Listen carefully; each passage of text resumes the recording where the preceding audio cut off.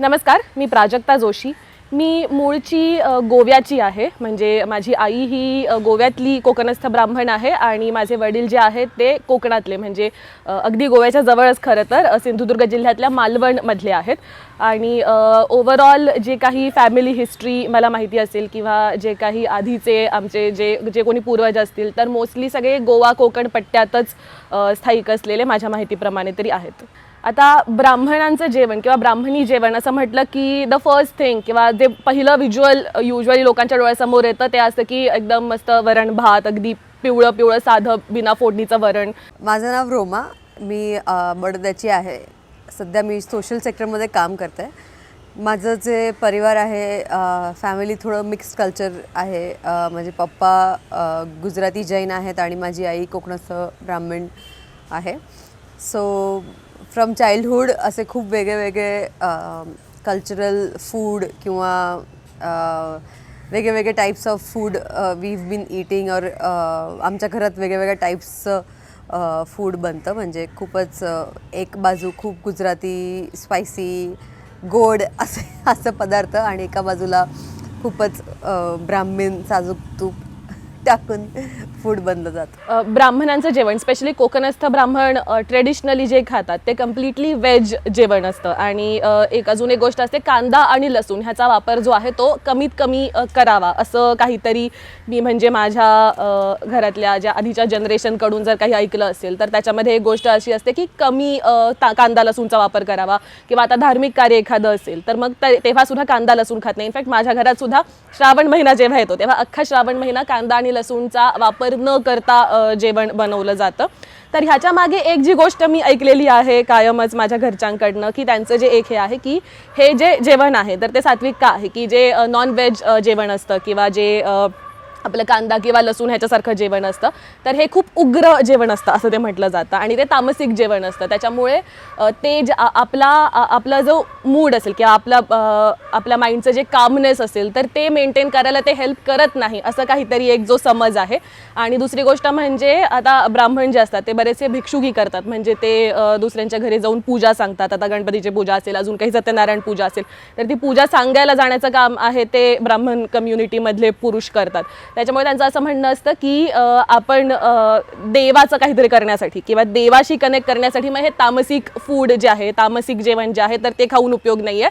आपण जर सात्विक जेवण खाल्लं जे ॲक्च्युली असं चांगलं आहे, ज्याने आपला माइंड चांगलं राहील, ज्याने आपला मूड चांगलं राहील, ज्याने आपली बॉडी शारीरिक फंक्शन्स जे आहेत तर ते चांगले राहतील, असं फूड आपण खाल्लं तरच आपण ते बेटर करू शकतो, तरच आपण पूजा करू शकतो असं जे एक आहे म्हणणं. तर त्याच्यामुळे हे जे जेवण आहे की हे आता त्यामुळे आपलं हे जे जेवण आहे तर ते सात्विक आहे असं कुठेतरी मान्य केलं जातं. आमचं पूर्ण जे मम्मी साईडचं फॅमिली होतं ते पूर्ण असं ब्राह्मण फूड, ते लोक जे म्हणतात ते खूपच साजूक तूपवालं एकदम ब्लँड म्हणता येईल तसं फूड मी आमच्या घरी खाल्लेलं आहे. एकदम वरण भात, फक्त त्यात काहीच स्पायसेस नसायचे बेसिकली.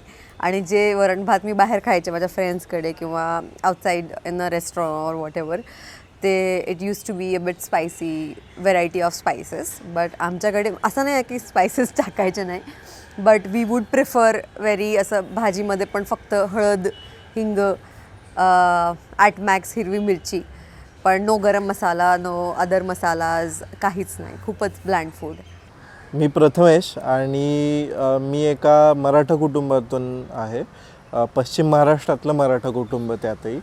तर मला असं वाटतं की मुळात ब्राह्मण आणि बहुजन असं जेव्हा डिस्टिंक्शन करतो आपण अन्न संस्कृती, खाद्यसंस्कृती भोवती विशेषतः, तर अर्थातच त्याच्यामध्ये तुमचं जे काही व्यावसायिक परिवेश आहे, तुमचा जो एक कॉन्टेक्स्ट आहे, त्या तुमच्या जातीचा कॉन्टेक्स्ट जो आहे तो अर्थात तुमच्या व्यवसायातून आलेला आहे. आणि व्यवसायासोबत तुमचा वर्ग येतो, तुमची म्हणजे किती अफोर्ड करू शकता तुम्ही, कोणत्या प्रकारचे पदार्थ, कोणत्या प्रकारचे मसाले, कितपत तेल, कितपत तूप तुम्ही अफोर्ड करू शकता, तुमचा शेतीशी कितपत संबंध येतो, याच्यावरून अनेकदा म्हणजे याच्यावरूनच जात ठरलेली असते तुमची. सो त्यामुळे अर्थातच तुमचं जे खाद्यपदार्थ आहेत त्याचे बनवण्याचे प्रकार आहेत ह्याच्यावरती परिणाम झालेला असतो तोच त्याचे जे ऐतिहासिक डेव्हलपमेंट आहे त्याच्यामध्ये आपल्याला दिसेल. तर जर आपण पुण्यात असू तर आपण तेवढ्या ह्याच्या पुरताच विचार करतो की अरे पुण्यात मग पेठेत जे ब्राह्मण राहतात मग ते काय जेवतात, अच्छा मग हेच ब्राह्मणांचं जेवण आहे का. तर असा जो थोडासा विचार होतो, तर मला असं वाटते की ओव्हरऑलच की कोणत्या एरियामध्ये तुम्ही राहता, तुम्ही जॉग्राफिकली तुम्ही कुठे लोकेटेड आहात, तुम्ही कोणत्या रिजनमध्ये राहताय, तुम्ही शहरात राहताय की गावात राहताय, तर ह्या सगळ्यांनी सुद्धा बऱ्याच मोठ्या प्रमाणात फूड हॅबिट्स काय काय आहेत किंवा जे काही ट्रेडिशनल फूड काय काय आहे तुमच्या फॅमिलीचं, इवन ब्राह्मण फॅमिलीचं एखाद्या, तर ते मला असं वाटते की बऱ्यापैकी डिटरमाइन होतं. तर मी जेव्हा गोव्यात होते किंवा मी माझ्या घरचं किंवा माझ्या फॅमिलीचं जे जेवण बघितलं तर त्याच्यामध्ये बऱ्याच प्रमाणात मला काही काही त्याच्यातले फरक पण दिसून आले. So after I shifted to Bombay I realised की आमच्याकडे जे मराठी फूड म्हणतात that is not really totally Maharashtrian based or it's not completely same as Maharashtra. Of course it has a huge impact of Gujarati food culture altogether. म्हणजे खूप सगळे मराठी पदार्थ जे म्हणजे मराठी गुजराती मराठी बनवतात, गुजरातमधले मराठी बनवतात, ते महाराष्ट्रात नव्हते. पण अगेन आमचं जे म्हणजे मराठी लोकांचं जे वरण असायचं त्यात साखर जाते. आय डोंट थिंक महाराष्ट्रामधल्या वरणमध्ये साखर जाते. सो प्रत्येक डाळीत, आता गुजराती डाळ पण जे मराठी लोक बनवतात ती गुजराती लोकांची डाळीपेक्षा पण वेगळी असायची. सो त्याच्यात साखर कमी पण तरी साखर असायची.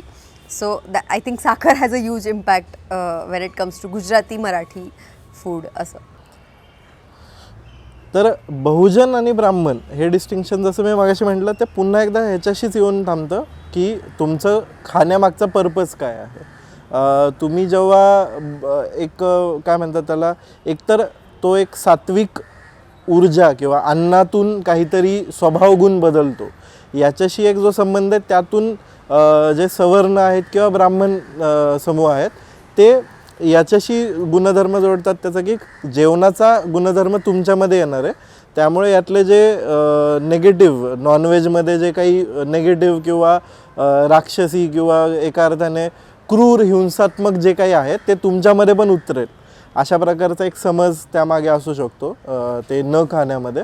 त्यामुळे ते सात्विक आहार, कमी मसाले, कमी लसूण, हे यातले हे जे तामसिक गुण असणारे पदार्थ आहेत त्याचा वापर कमी करून स्वतःतलं जे एक उच्चपणा आहे किंवा स्वतःतलं एक शुद्धपणा आहे, पावित्र्य आहे, त्या भावनेला जपण्यामागचं ते त्याभोवती कल्चर निर्माण झालेलं दिसतं. आय थिंक मी पण when I grew up with this की अरे ठीक आहे, म्हणजे असं काहीतरी आता चांगलं असेल की म्हणजे पोट खराब होऊ नाही द्यायचं आहे किंवा व्यवस्थित इथे राहायचं आहे. म्हणजे मी मोठं होईपर्यंत एकतर मी कम्प्लिटली व्हेजिटेरियनच होते. घरी असताना पूर्णपणे शाकाहारीच जेवण खाल्लं जायचं. आजूबाजूचे फ्रेंड्स आणि हे सगळे जरी नॉन व्हेजिटेरियन खात असले तरी सुद्धा माझा डायरेक्टली ते खाण्याचा संबंध नव्हता आला. त्याच्यानंतर घराबाहेर पडल्यानंतर मी ते एक्सप्लोर केलं. ते एक्सप्लोर केल्यानंतर सुद्धा काही दिवस हे मनात हे होतं की ठीक आहे, मग आता हे खाल्ल्याने माझं पोट बिघडू शकेल का, किंवा नाही मग पोट बिघडायचं नसेल किंवा पोट नीट ठेवायचं असेल तर मग चिकन नको खायला, मग आपण व्हेजच खायला पाहिजे, आपण आपला नॉर्मल आमटी भातच खाल्ला पाहिजे किंवा आपण भाजीच खाल्ली पाहिजे. चिकन किंवा मासे खाल्ल्याने पोटाला प्रॉब्लेम होऊ शकतो किंवा जे काही हे जे असे थोडेफार समज होते की मग उद्या आता काहीतरी महत्त्वाचं आहे, मग आज रात्री चिकन नको खायला. तर हे जे थोडेफार समज आहे, जे ह्या लहानपणापासूनच्या जे काही सांगण्यात आलं होतं त्याच्यातनं आले होते, ते इवन इथं आल्यानंतर चिकन खाऊ लागल्यानंतर सुद्धा माझ्या थोडेफार मनात होते, माझ्या डोक्यात होते. मात्र त्याला काय बेसिस आहे हेच माहीत नाही. म्हणजे त्याच्या मागे काय सायंटिफिक बेसिस आहे हे कधी कोणी सांगितलंच नाही. आता व्हेजिटेरियन जेवण सुद्धा जर मी प्रमाणाबाहेर खाल्लं, एखादी भाजी असेल, आता वांग्यासारखी एखादी भाजी असेल जी मी खूप जास्त खाल्ली, तर त्यांनी सुद्धा माझं पोट बिघडणारच आहे. त्यामुळे मला असं वाटतं की कुठेतरी थांबवण्यापासून की नाही ते खाऊ नका, ते कसं चुकीचं आहे, ते दुसऱ्यांचं जेवण आहे आणि ते आपण खाणं कसं चुकीचं आहे किंवा ते आपण खाणं शक्यतो अवॉइड केलं पाहिजे. कुठंतरी हे पसरवण्यासाठी मला असं वाटतं की ब्राह्मण कम्युनिटीमध्ये मुलांना हे सांगितलं जातं की हे जेवणच खा, हेच जेवण चांगलं असतं, ते जेवण खाल्लेलं शरीरासाठी चांगलं नसतं. आणि हे अगदी म्हणजे हे सर्रास चालतं, हे अजूनही चालतं. So my favorite food, which is like a mixture of Gujarati and Marathi, होतो. It's completely based Gujarat based location Gujarat म्हणू शकतो.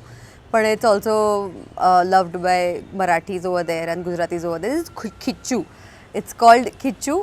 It's also called papdi no lot, but it's तांदळाच्या पिठाचं ते बनतं. इट्स बेसिकली तांदळाचं पीठ उकडवून बनवतात, पण त्याच्यात खूप सगळे वेगळे वेगळे स्पायसेस असतात. तर गुजराती लोक ते खूप तिखट बनवतात, त्याच्यात वेगळा मसाला टाकतात, लाल मसाला असतो, मिरची असते, आय थिंक लसूण पण असतं. पण माझी आई जे बनवायची आमच्या फॅमिलीमध्ये कोकणस्थ लोक जे बनवायचे that was just based on I think हिरवी मिरची आणि I love that. I would strongly recommend people to eat it and make it at home. गोव्यामध्ये काही सणवार असतील किंवा काही एकदम स्पेशल डे असेल तर एक स्पेशल स्वीट डिश बनते. मला वाटतं ही काही दक्षिणी राज्यांमध्ये सुद्धा ही डिश बनते, पण इकडं मी महाराष्ट्रात किंवा गोव्याच्या वर नॉर्थला मी फार कुठे ठिकाणी बघितले नाही. तर मला असं वाटतं की ही एवढी चांगली सिम्पल आणि तरीसुद्धा टेस्टी असा हा पदार्थ आहे, त्याच्यामुळे तो जास्तीत जास्त लोकांपर्यंत पोहोचला पाहिजे.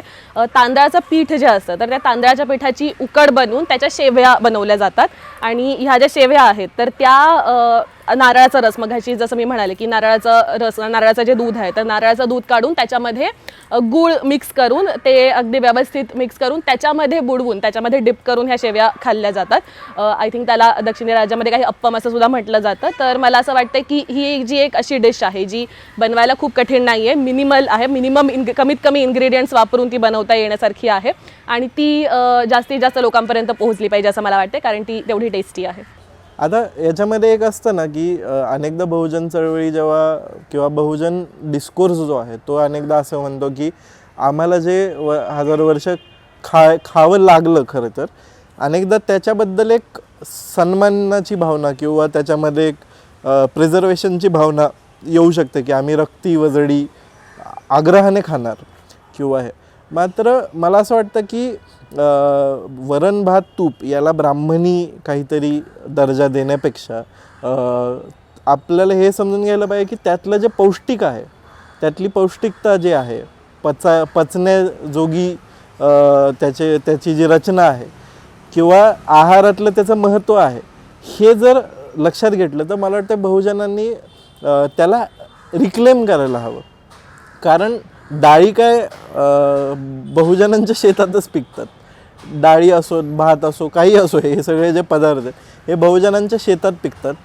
जस्ट बिकॉज तुमचा जो शोषक आहे, जो तुमचा ऑपरेसर आहे, त्याने तुमच्याकडून तो काढून घेतला पदार्थ आणि स्वतः हायजॅक केला, याचा अर्थ तुम्ही तो खायचा सोडून द्यावा आणि कुठल्या तरी याच्यातून स्वतःचंच पोषण जे आहे ते नकारावं. याच्यापेक्षा मला वाटतं उलट रिक्लेम करायला हवे ते पदार्थ. वरण असेल, तूप वरण भात असेल, हे पौष्टिक पदार्थ आहेत, चांगले पदार्थ आहेत, हे आवर्जून खायला हवेत. उलट याच्यामध्ये तुपकटपणा किंवा हे मग आपण पुन्हा त्या थिअरीमध्ये जातो की अन्नाचा गुणधर्म तुमच्यामध्ये कुठंतरी येतो. हे चुकीचं आहे मला वाटतं. असं काही कुठलंही हे अशास्त्रीय आहे की काहीतरी अन्नाचे स्वतःचे स्वभावगुण असतात आणि ते कुठंतरी तुमच्या स्वभावाला अफेक्ट करतात. हे मला नाही पटत.